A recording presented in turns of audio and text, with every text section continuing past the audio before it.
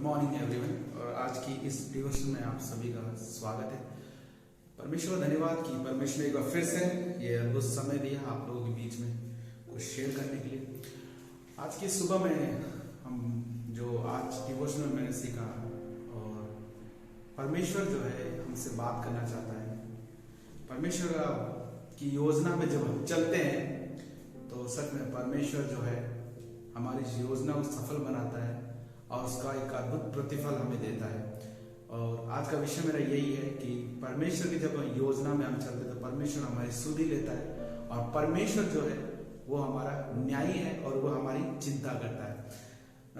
मैं पढ़ रहा था प्रेरितों के अध्याय 11 में जिस तरह से पतरस को जब वो एक झील के किनारे एक व्यक्ति के घर में ठहरता है और उस ठहरने में वो अन्य जातियों के बीच में सुसमाचार प्रचार करने का दर्शन पाता है। और जब वो उस व्यक्ति घर में जाता है और उस सुसमाचार का प्रचार करता है और जब वो पुनः अपने आता है अन्ताकिया कलीसिया में अपना स्पष्टीकरण देता है अन्ताकिया कलीसिया में और बताता है किस तरह परमेश्वर ने उसे दर्शन दिया और उस योजना में पतरस ने वहां लोगों को सुसमाचार सुनाया।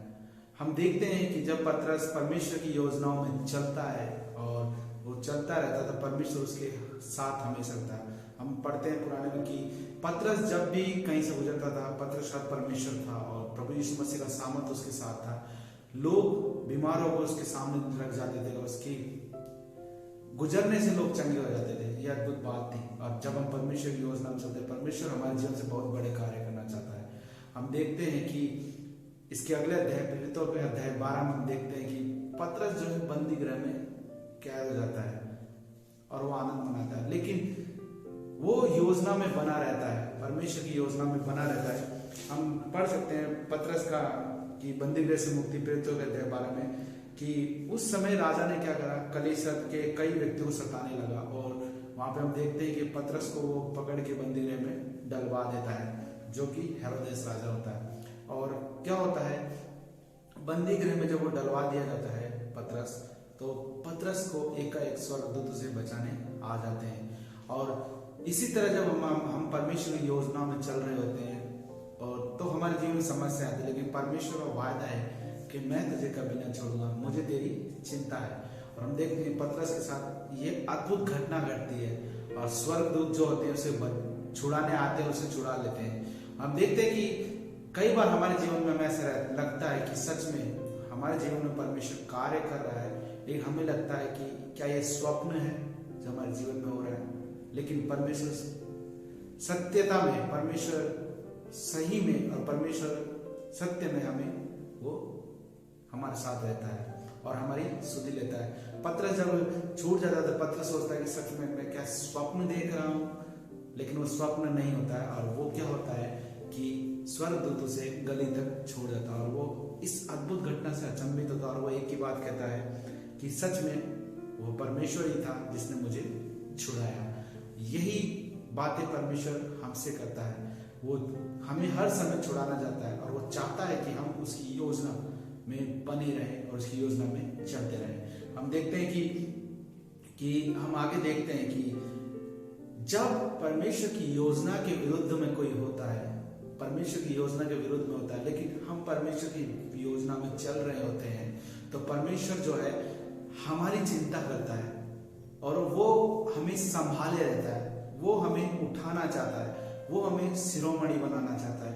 पर वह चाहता है कि हम इसकी योजना और इसकी सेवकाई में लगे रहे। जिस तरह से पतरस और अन्य चेले परमेश्वर की सेवकाई में निरंतर लगे हुए थे, सताओं में भी वो बिखर गए थे, लेकिन परमेश्वर कार्य को अद्भुत रीति से कर रहे थे। हम देखते हैं सताओं के बाद अद्भुत रीति से कलीसियाओं में कार्य हो रहे होते हैं और परमेश्वर अन्य जातियों में भी अपने सुसमाचार का प्रचार कर रहा होता है पतरस के द्वारा, अन्य चेलों के द्वारा, और अद्भुत अद्भुत चमत्कार हो रहे होते हैं। परमेश्वर यही हमारे जीवन से करना है और सच में जब हम परमेश्वर योजना में होंगे तो ये अद्भुत रीति से कार्य होते रहेंगे। और हम देखते हैं जब योजना के विरोध में कोई आता है तो परमेश्वर उसका न्याय करता है। हम आगे के इसी अध्याय में हम देखते हैं 12 के 20 में हेरोदेस जो है जो लोगों को सता रहा था, कलीसिया के लोगों पे सताव कर रहा था, पतरस को बंदी गृह में डाला, परमेश्वर ने उसके साथ उसका न्याय किया। हम देखते हैं 20 अध्याय हेरोदेस सूर और सैदा के लोगों को बहुत प्रसन्न था, सूर और सैदा के लोगों से, क्योंकि वो अद्भुत रीति से परमेश्वर के वचनों में बढ़ रहे थे, परमेश्वर संगति में बढ़ रहे थे। इसलिए वे एक चित्त होकर उसके पास आए। और ब्लासुस को राजा का एक कर्मचारी था, मना कर मोयल करना चाहा, क्योंकि राजा के दास देश में उनके देश का पालन पोषण होता था। और यही हेरोदेस जो राजा था, मसीही लोगों को सता रहा था, परमेश्वर ने वहां पे इसका न्याय किया। और जब ये सिंहासन में बैठता तो लोग झूठी उसकी तारीफ करते और कहते कि ये सच में जो बोल रहा है ये परमेश्वर का वचन बोल रहा है, परमेश्वर के समान बोल रहा है परमेश्वर, और परमेश्वर के दूतों से वहीं मार देते हैं उसे। यही होता है जब हम परमेश्वर की योजना में रहते हैं तो परमेश्वर जो है हमारी सुधि रखता है और हमें निरंतर परमेश्वर की योजना में चलना है। जिस तरह से पतरस चला, बंदी गृह में भी वो आनंदित था, और हम देखते हैं कि कलीसिया जो है लो लगा के प्रार्थना कर रही है, उस योजना का हिस्सा बन रही है। हमें भी इस तरह से कार्य करना है और परमेश्वर योजना बने रहना है। हर सताव में, हर संकट में परमेश्वर जरूर हमें छुड़ाता है। तो परमेश्वर इस सुबह में आप सभी को आशीष दे इस वचनों के द्वारा, और लगातार परमेश्वर योजना बने रहिए। अपने आप को समर्पित कर दीजिए उस परमेश्वर के, और परमेश्वर सच में आपके जीवन में अद्भुत कार्य करेगा। जिस तरह से चेलों के जीवन में अद्भुत कार्य कर रहा था और उनकी योजनाओं को सफल बनाता। प्रभु आप सभी को आशीष दे।